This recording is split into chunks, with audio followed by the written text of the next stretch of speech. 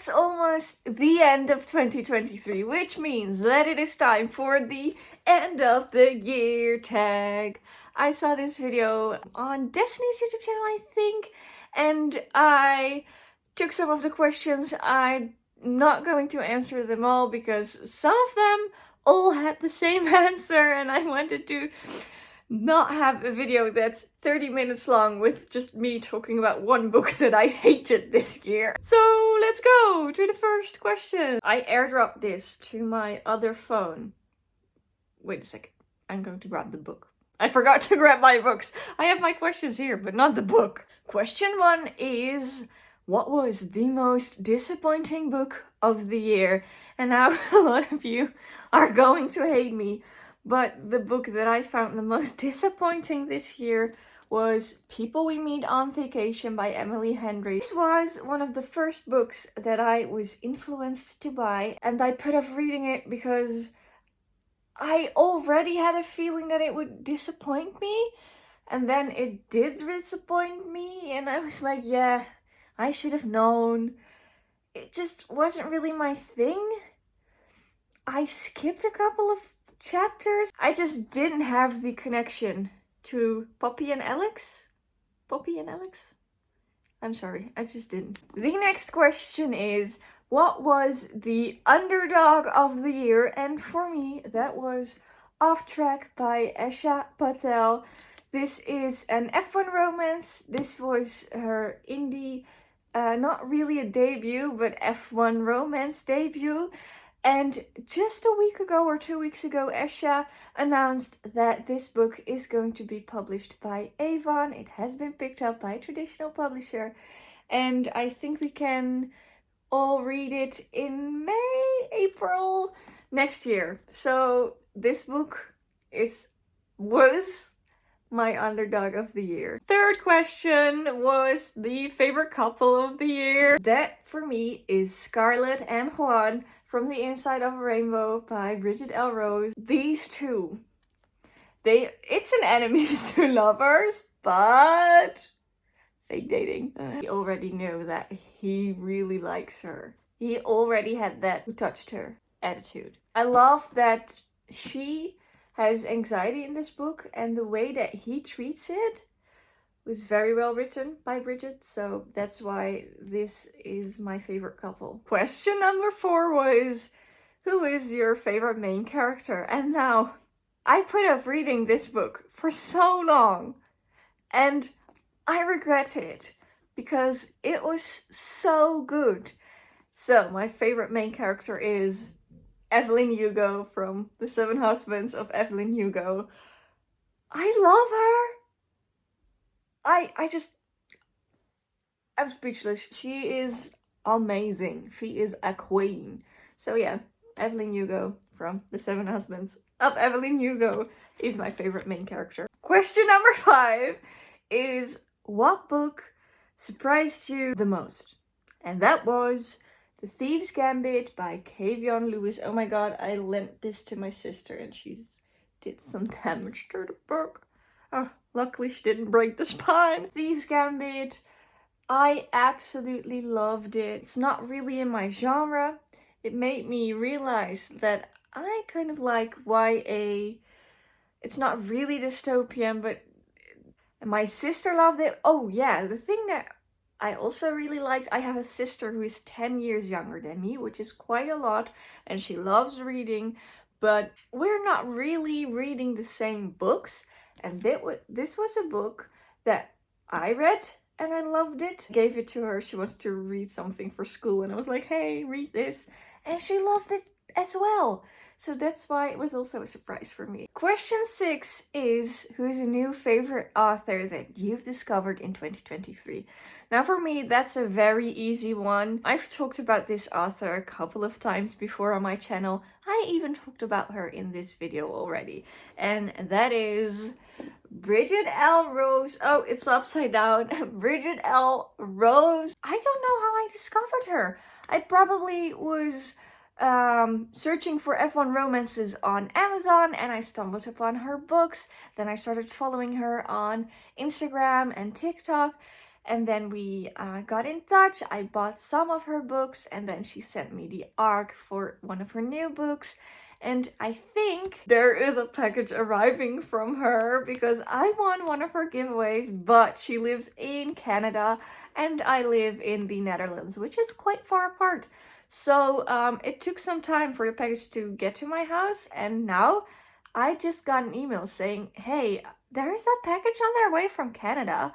So hopefully that one will be arriving very soon, and then I have even more of her books as physical books in my bookshelf. And she's the sweetest person ever. So yeah, she is a new favorite author of mine, and I'm so glad that I stumbled upon her books this year. So it's time for 3 questions in one. I have most frustrating book of the year, shortest book you've read this year, and cringiest book you read this year. And these are all the same book, and maybe you already know this because we did a read along a couple of weeks ago for this book, and in that video I was still kind of positive, and when I look back at it I was like, Amber, why? Because you really didn't like it, but I was still very positive. But that book is Find Her by Tessa Bailey. It's like 50 pages. It's so cringe. It's so bad. I really hate it. What can I say about it? Although, after reading this, I bought another Tessa Bailey book, so it did some good things for me. I still have to read that one, but there are still a lot of books in my bookshelf that I have to read before that. It's so cringe. It's so insta-love, and I like insta-love, but like, she sees him, he sees her on stage. She is beneath the stage watching him play with his band, and he's like, oh my god, she is my wife. And he is like, I'm in love with her already. I haven't even talked. No, I didn't like it. I just didn't like it. Question 8 is favorite book covers. And I have a lot of book covers that I really like. You Swear is one of them. Imogen obviously is one of them. But one that I like most is the Dutch special edition of Fourth Wing. I just love this pattern. It's all over. It's even incorporated in the edges. It's simplistic, but it's also a there's a lot going on. How do you call this? No! Fibonacci spiral? I think this is like a Fibonacci spiral. Am I smart now, or am I really, really stupid? I just love it, and purple is my favorite color, so it's beautiful in my bookshelf. I haven't read it yet. That was a sound I don't like my books making. And I'm still doing it. Okay, yeah. I love it. It's beautiful. Question 9 is reading goal reflection and 2024. Reading goal. My reading goal this year, I found it very difficult because it was the first year that I worked with Goodreads and a reading goal, and I've been reading my whole life, but I never kept track of anything. And then in May or June of this year, I started watching a lot of TikTok book content and YouTube book content. So I was like, oh, I need to start a Goodreads account. But it was also already May, June, July, around that time. So I didn't really know what to make for my reading goal. I started with 30 books. I completed that within a span of like 2-3 months. Then I upped it to 40. Then I upped it to 50. And then I was like, okay, 50 is a nice number. And I surpassed it. I'm currently on 78 books of 50. I know that I just finished a book that isn't on Goodreads yet, so that's 79. And then I also read another book that isn't on Goodreads yet, so let's say 80 books. So I read 30 more books than my reading goal. For next year, I am debating between 2 things, or 50 books again, or just 12 or 24 books, because I just don't want to put the pressure on myself to read a copious amount of books. Like, so many books. Like, I want to, now that I know that I've read 80 books, I'm like, oh, I wish I started earlier with my Goodreads, because I wanted to read 100 books now.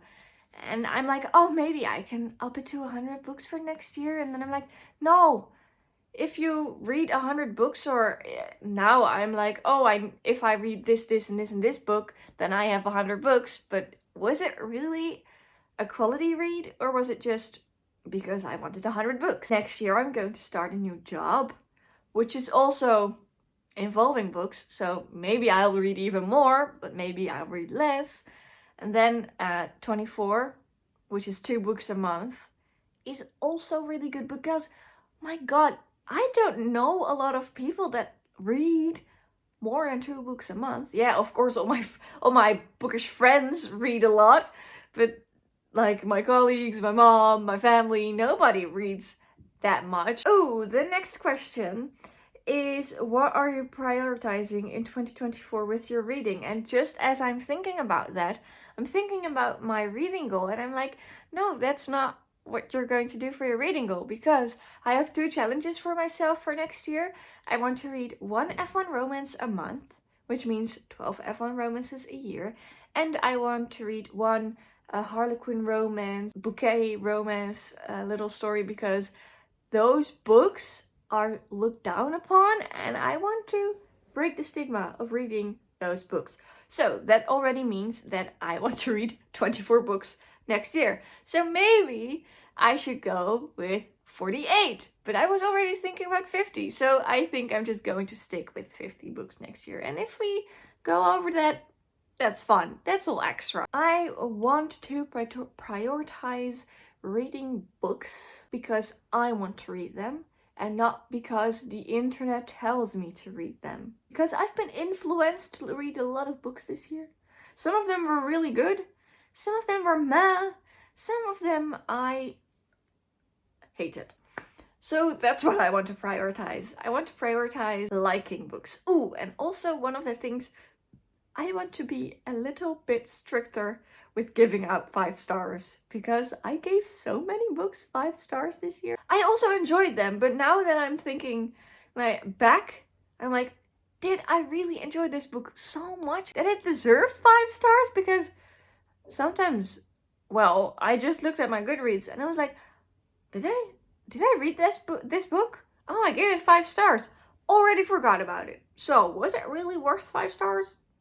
Never know. These were 10 of the questions of the end of the year tag that I wanted to answer for you guys. I hope you've enjoyed this, and I'm really curious, what is your reading goal for 2024, and what will you be prioritizing next year? I will see you in the next video. Have a nice day and keep reading. Bye!